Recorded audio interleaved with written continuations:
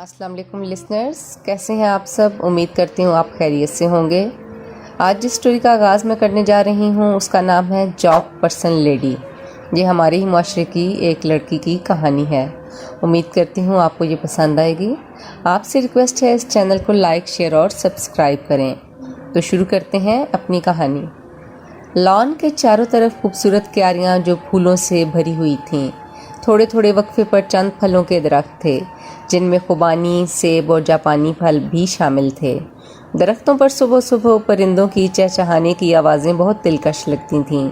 सहन के वस्त में खूबसूरत सफ़ेद रंग की मेज़ और कुर्सियाँ रखी थीं। काफ़ी सारे पौधे सुर्ख रंग के गमलों में भी लगे थे।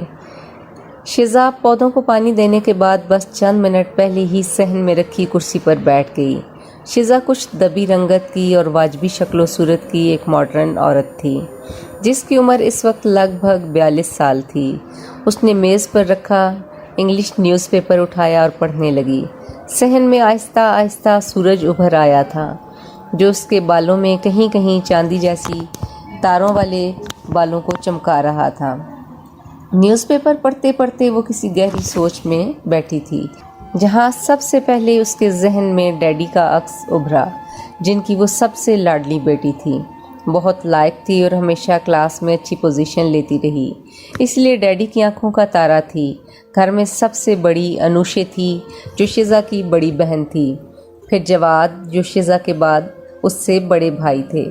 उसके बाद शिजा और सबसे छोटा भाई मीसम था। 2 भाई और 2 बहनों की मुख्तसर सी फैमिली थी। ममा और डैडी दोनों ही बच्चों की पढ़ाई में बहुत ध्यान दिया करते थे। डैडी की मल्टीनेशनल कंपनी में बहुत अच्छी जॉब थी। घर में किसी चीज़ की कमी ना थी। ममा भी शहर के कॉलेज में वाइस प्रिंसिपल थीं। शिजा का बचपन बहुत खूबसूरत था। जिस चीज़ पर हाथ रखा करती वही मिल जाया करती। अनुषे भी हमेशा उसकी पसंद का ख्याल रखती। जवाद भाई जो उससे उम्र में बड़े थे वो भी उसके बहुत चाव उठाया करते।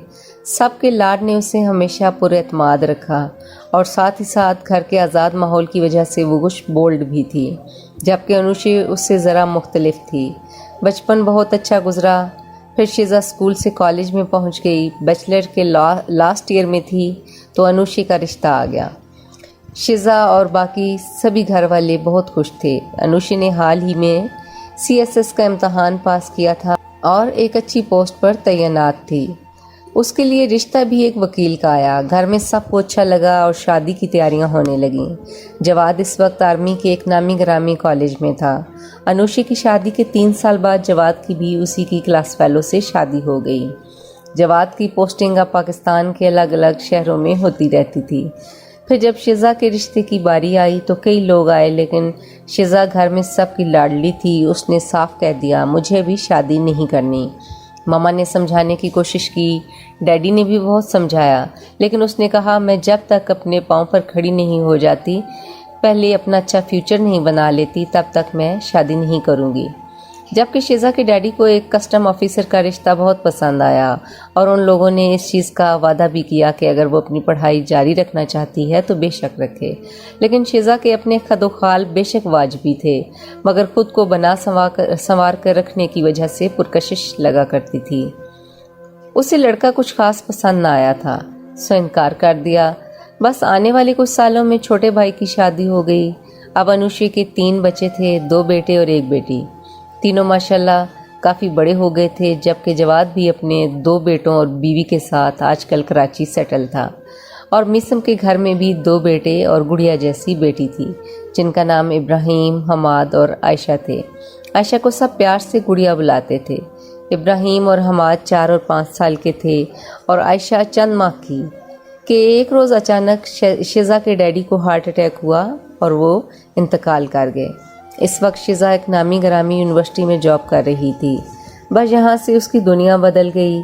डैडी की शय पर वो लगता था दुनिया फतह कर लेगी, लेकिन उनके जाने से उसके अंदर वीरानियाँ आ गईं। अब ममा भी रिटायर हो चुकी थीं। डैडी की वफ़ात के बाद सब एक बार फिर अपनी ज़िंदगियों में मगन हो गए। ममा भी अब घुटनों के दर्द और शुगर के मर्ज़ की वजह से चलने फिरने से कासिर थीं।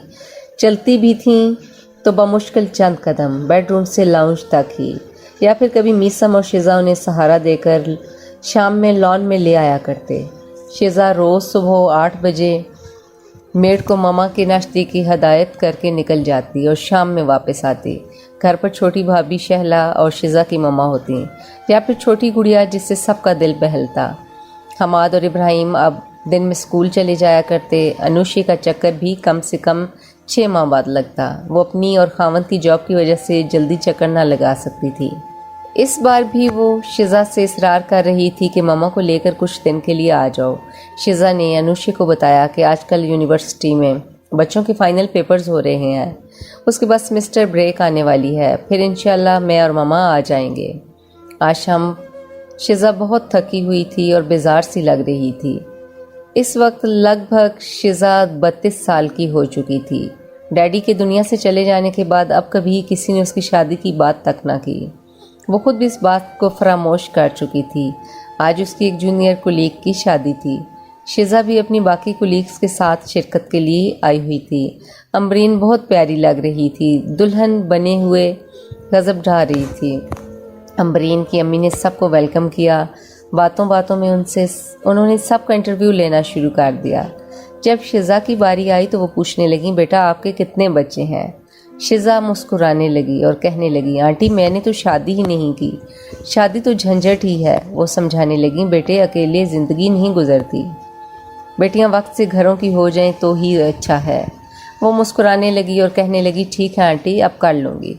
सब कहका लगाने लगे। शिजा बहुत बोल्ड थी, लेकिन फिर भी कभी सोचने पर मजबूर हो जाती कि क्या मैंने वाकई गलत किया, क्या मैंने अपनी ज़िंदगी के माह साल ज़ाया कर दिए। लेकिन साथ जब ख्याल आया उसकी प्यारी सी सहेली जिसे शादी के 2 साल बहुत मुश्किल से गुजारने के बाद तलाक हो गई थी, ऐसे हादसों का सुनकर वो काम जाया करती।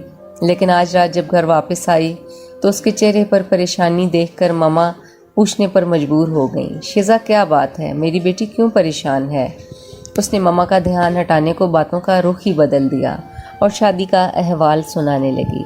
लेकिन पता नहीं क्यों ममा को लगा कि शायद शिजा भी इसी वजह से कुछ परेशान है।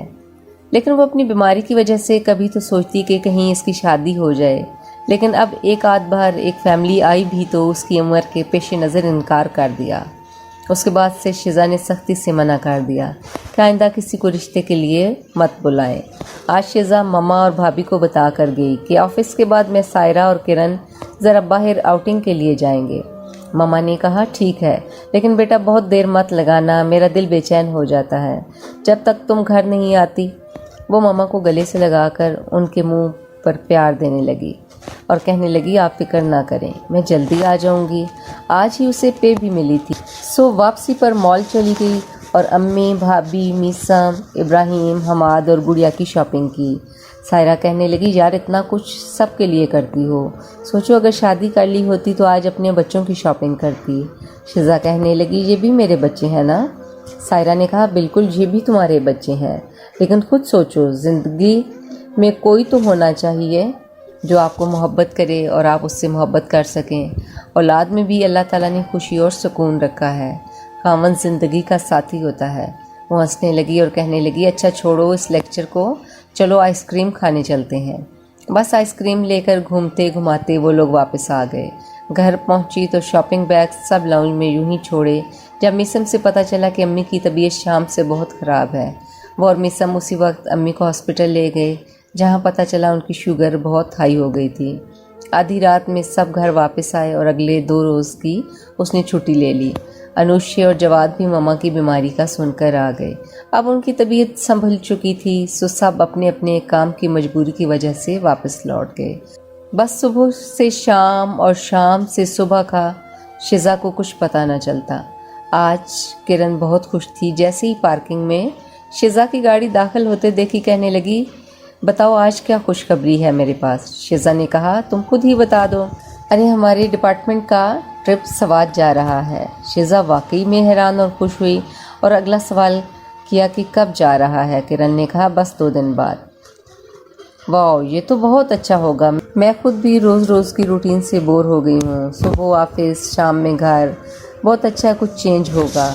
बस 2 दिन बाद सुबह सवेरे सब पार्किंग में पहुँच गए, जहाँ 3 बसें उनके इंतज़ार में थीं। सब ने अपने अपने बैग्स गाड़ियों से निकाले। शिजा ब्राउन कलर किए बालों और रेड लिपस्टिक और ब्लैक ग्लासेस में अच्छी लग रही थी। سائرہ نے اسے کندھا مارا اور کہا، وہ دیکھو ساحر، جو کہ ان کا کولیگ تھا اور کمال کی پرکشش شخصیت کا مالک تھا اور شزا سے شاید 2-3 سال چھوٹا ہوگا۔ بڑی بڑی مونچھیں، black glasses, dark blue jeans اور لیدر کی جیکٹ میں کمال کا پرکشش لگ رہا تھا۔ 1 منٹ کو تو آج شزا کی نظر بھی اس پر رک گئی، لیکن دوسرے ہی لمحے جب توصیف سر نے اسے آواز لگائی، چلیں بھئی چلیں، سب اپنی سیٹس پر آ جائیں، تو وہ بھی چل پڑی۔ ساحر بھی اسی بس میں سوار ہوا جس میں شزا، کرن، سائرہ سبھی تھے۔ شزا کی نگاہ ایک بار پھر اس پر پڑی اور ایک لمحے کو سوچنے لگی، کیا کبھی میں نے پہلے ساحر کو غور سے دیکھا ہی نہیں؟ ساحر اپنے قریبی دوستوں سے گپ شپ لگا رہا تھا۔ سفر کا آغاز ہو گیا۔ بس میں سب کا ہلا گلا اور گپ شپ جاری تھی۔ 10 گھنٹے کا سفر تھا، جس میں سے 4 گھنٹے کا تو گزر چکا تھا۔ اب سب نے رستے میں کچھ دیر کا اسٹے کیا۔ ایک اچھے سے ریسٹورنٹ میں سب نے کھانا کھایا، کسی نے چائے اور کسی نے کافی پی، اور سفر دوبارہ شروع ہو گیا۔ رستے میں سب کا فوٹو شوٹ بھی ہوتا رہا، بہت انجوائے کرتے رہے سب۔ کچھ گھنٹوں بعد شام ہونے لگی تو ایک بار پھر گاڑیاں رک گئیں اور دریا کے کنارے ایک ہوٹل میں سب چائے پینے لگے۔ ایک ٹیبل کے ارد گرد آمنے سامنے شزا اور ساحر بیٹھے تھے۔